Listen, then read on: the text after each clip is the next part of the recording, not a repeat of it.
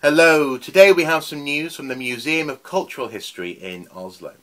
The Oseburg Viking ship, the famous Oseburg Viking ship, is actually at risk of falling apart. Discovered in 1904, 1905, it challenged many conventions about the past, and many assumptions rather made about the Viking Age. Not least because this was a burial for women, not a man, as many would have assumed, and also it contained cultural references from far and wide, including an image of the Buddha on a bucket.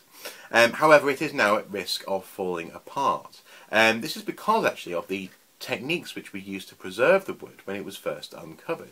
The wood was soaked in potassium aluminium sulfate, which formed crystals within the wood, therefore giving it mass and volume, and so it wouldn't fall apart as it dried out. But unfortunately, when it was pinned together, it seems that the metal used to pin the ship essentially into a ship-like form started a reaction. It was the catalyst in an acidic reaction within the wood, which is making it now very brittle. So researchers are rushing to try and find a solution to save this 9th century treasure, or these treasures in fact.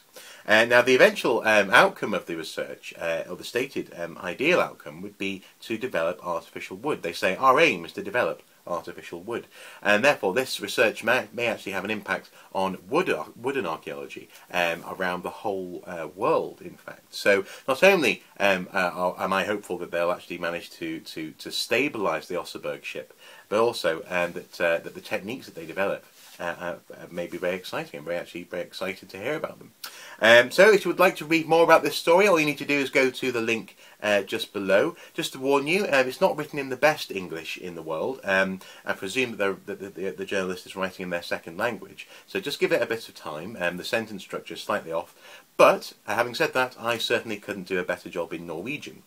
So I'm certainly not criticising it. Just to warn you, just give it a bit of extra time. And there we go. Very interesting story. Until next time, bye bye.